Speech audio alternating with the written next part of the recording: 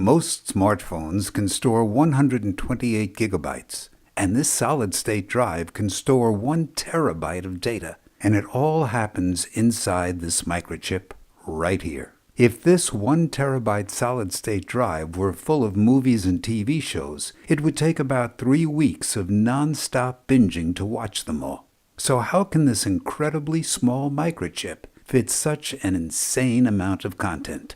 To understand that, we've got to zoom into a nanoscopic view of the insides. In here, we can see an individual memory cell called charge trap flash. This memory cell stores 3 bits of information by trapping different levels of electrons on a charge trap. Very few extra electrons are a 1, 1, 1, while a lot of electrons are a 0, 0, 0. And the other levels of trapped electrons have other 3-bit designations.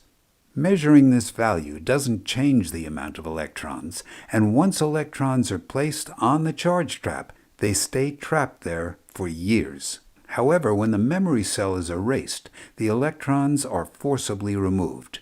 To reach a terabyte of storage capacity in a single chip, this memory cell is copied, and it's copied a lot. First, these memory cells are stacked 100 layers tall. And then these stacks of cells are copied 40,000 columns across, which is then copied 50,000 rows down. You can kind of think of it as a 3D Excel spreadsheet, where the values can only be 0 to 7, and this spreadsheet has 40,000 columns by 50,000 rows. And then there are 100 different spreadsheets stacked in layers, one on top of another.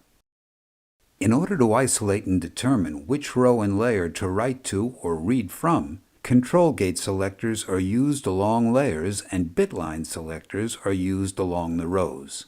We're going to zoom out to the view that we had earlier, where we can see the overall microchip.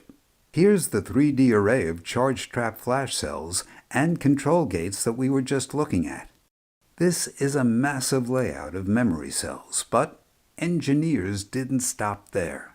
In order to fit more capacity, they copied this layout onto the other side and then copied it 8 times again and crammed it all into a single microchip. And that's it.